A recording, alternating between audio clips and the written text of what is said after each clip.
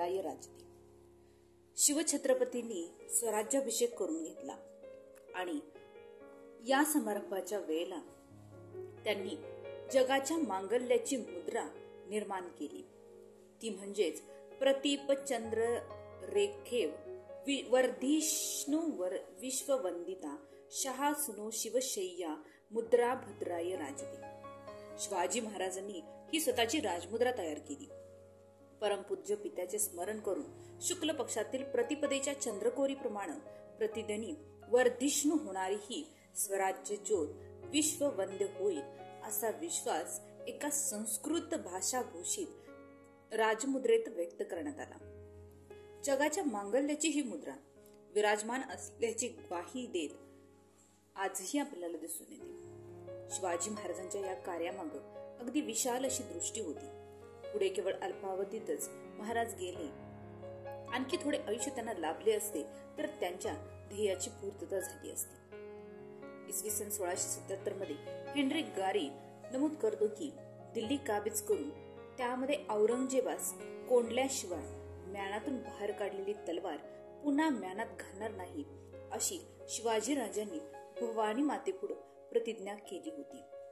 तसेच 1673च्या सुमारास राज्याभिषेक समारंभापूर्वी चौलच्या सुभेदारानं आपणाला काय सांगितलं होतं हे नमूद करताना ॲबे केरनं लिहून ठेवलं आहे.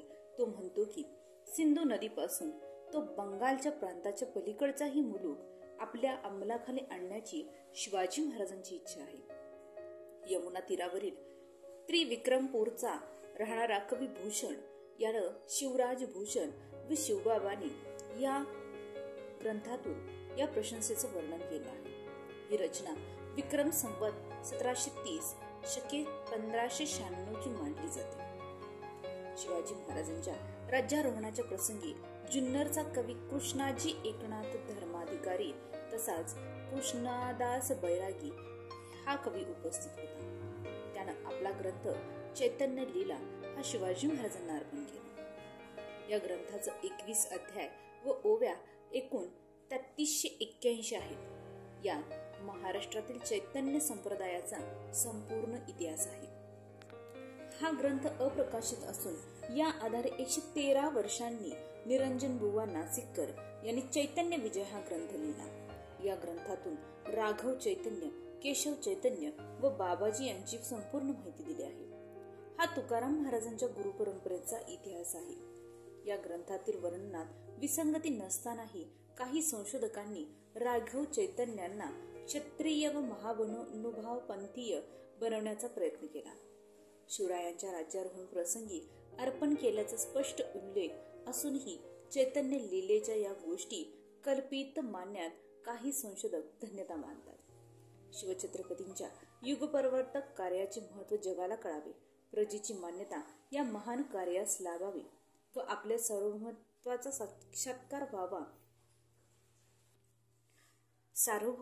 साक्षात्कार आणि राज्याची शाश्वती पटवणी याकरता हा संस्कार करणे गागा भट्टास महत्वाचं वाटत होतं.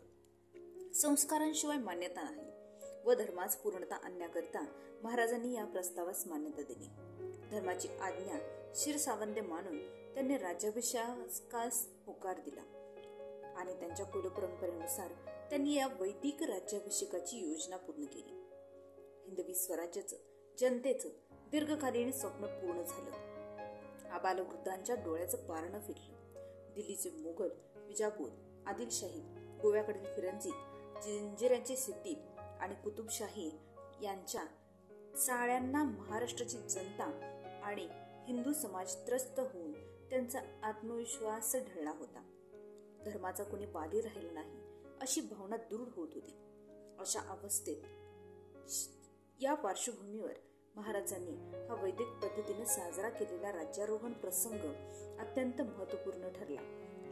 हा प्रसंग घडवून आणत असताना शिवाजी महाराजांनी विविध विधी केले. राज्यारोहण समारंभाचं आमंत्रण सर्वत्र पाठवण्यात आलेलं होतं.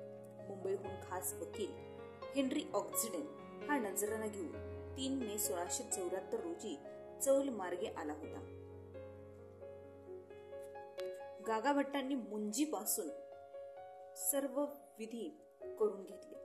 कारण मुंजीशिवाय क्षत्रियत्व लाभत नाही असं सांगण्यात आलं. गणपती पूजन, देवदेवक, कुळधर्म, कुळाचार सर्व झालं. हजारो वैदिक ब्राह्मण, अग्नी आणि सूर्य यांच्या साक्षीनं महाराजांची मुंज झाली. यावेळी महाराजांचं वय होतं 44 वर्षाचं. त्यांची एकूण 10 लग्न झाली होती. 6 मुली आणि 2 मुलं असा आगळा परिवार होता. 29 मे रोजी महाराजांची मुंज झाल्यानंतर मगच विवाह करावा हे शास्त्र गागाभट्टानं सुचवलं आणि धर्माज्ञेप्रमाणे महाराजांनी पुन्हा लग्न केले. या धर्मसंकटातून विभावून जाण्याकरिता आपल्या पूर्वीच्याच राण्यांशी महाराजांचा समंत्रक विवाह करण्यात आला. त्याचप्रमाणे 30 मेला सोयराबाई राणीसाहेबांच्या बरोबर समंत्रक विवाह झाला. त्यानंतर अनुक्रमे सकवारबाई व पुतळाबाई यांच्याशीही असाच विवाह करण्यात आला. मात्र यामध्ये कुठल्याही प्रकारचा थाटामाट नव्हता. या समारंभानंतर सुवर्णतुलाही करण्यात आली.